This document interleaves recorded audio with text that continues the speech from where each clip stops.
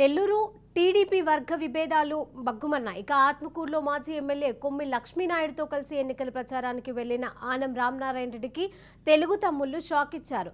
చేజర్ల మండలం నాగల వెల్లటూరులో టీడీపీ ప్రచారం ఉద్రిక్తతకు దారితీసింది. ఇక పాత టీడీపీ వర్గాన్ని పట్టించుకోకుండా వైసీపీ నుంచి చేరిన వారికి ప్రాధాన్యతను ఇస్తున్నారని ఈ వివాదం చెలరేగింది.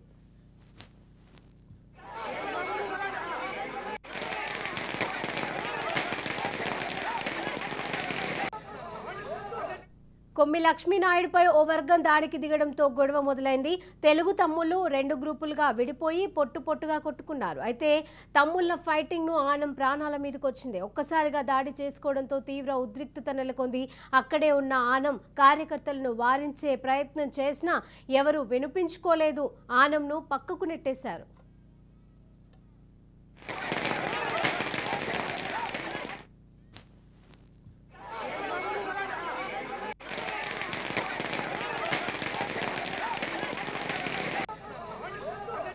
కొమ్మి లక్ష్మీనాయుడుపై ఓ వర్గం దాడికి దిగడంతో గొడవ మొదలైంది.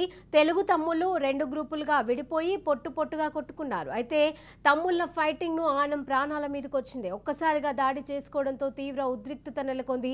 అక్కడే ఉన్న ఆనం కార్యకర్తలను వారించే ప్రయత్నం చేసినా ఎవరూ వినిపించుకోలేదు. ఆనంను పక్కకు నెట్టేశారు.